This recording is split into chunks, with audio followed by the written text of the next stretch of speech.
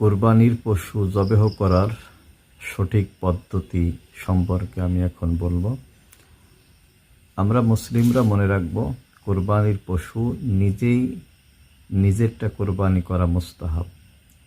তেমত অবস্থায় আমরা নিজেরা অনেকে পারি না বা সঠিকভাবে দোয়া পড়তে পারি না। এজন্য আমরা মসজিদের ইমাম সাহেবকে দিয়ে এই কোরবানির জবেহ করার কাজটা সমাধা করি।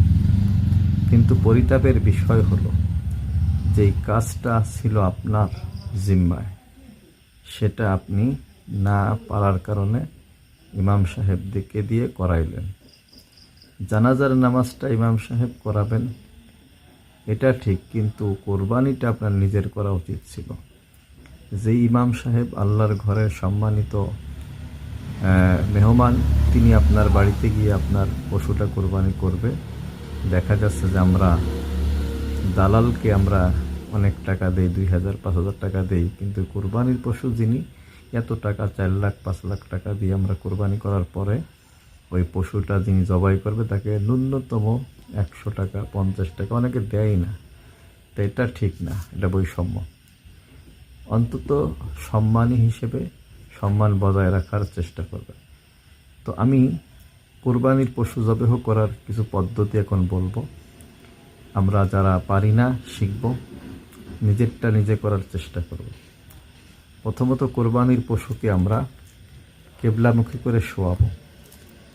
উত্তর দক্ষিণ শোয়ায় মাথাটা কেবলার দিকে রাখবো।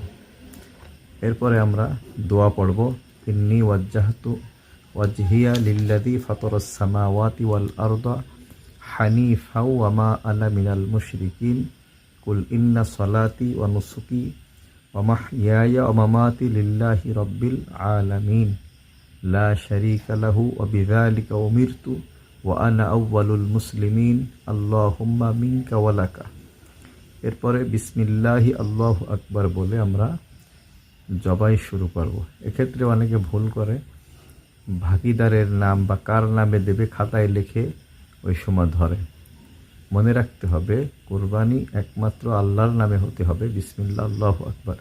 আর ওই যাদের পক্ষ থেকে কোরবানি করবেন তাদের নামটা পরে দোয়ার মধ্যে বলতে হবে, এটা মনে রাখতে হবে।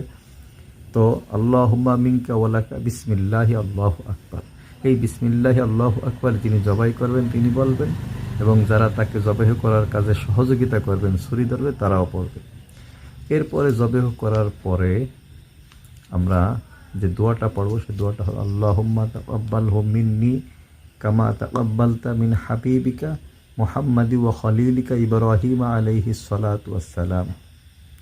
এখানে উল্লেখ্য হলো কুরবানি দাতা নিজে হলে আল্লাহুম্মা তাকাব্বালহু মিন্নি বলবে, আর যদি অন্যের হয় মিন্নির স্থানে মিন বলে তার নাম বলবে। তো জবেহ করার গুরুত্বপূর্ণ একটা বিষয় হলো রগ কাটা। পশুর 4টা রগ থাকে। তো একটা হলো কণ্ঠনালী, আর একটা হলো খাদ্যনালী, যেটা উপরেই থাকে। কণ্ঠনালী আর খাদ্যনালী এ দুটো কাটবে।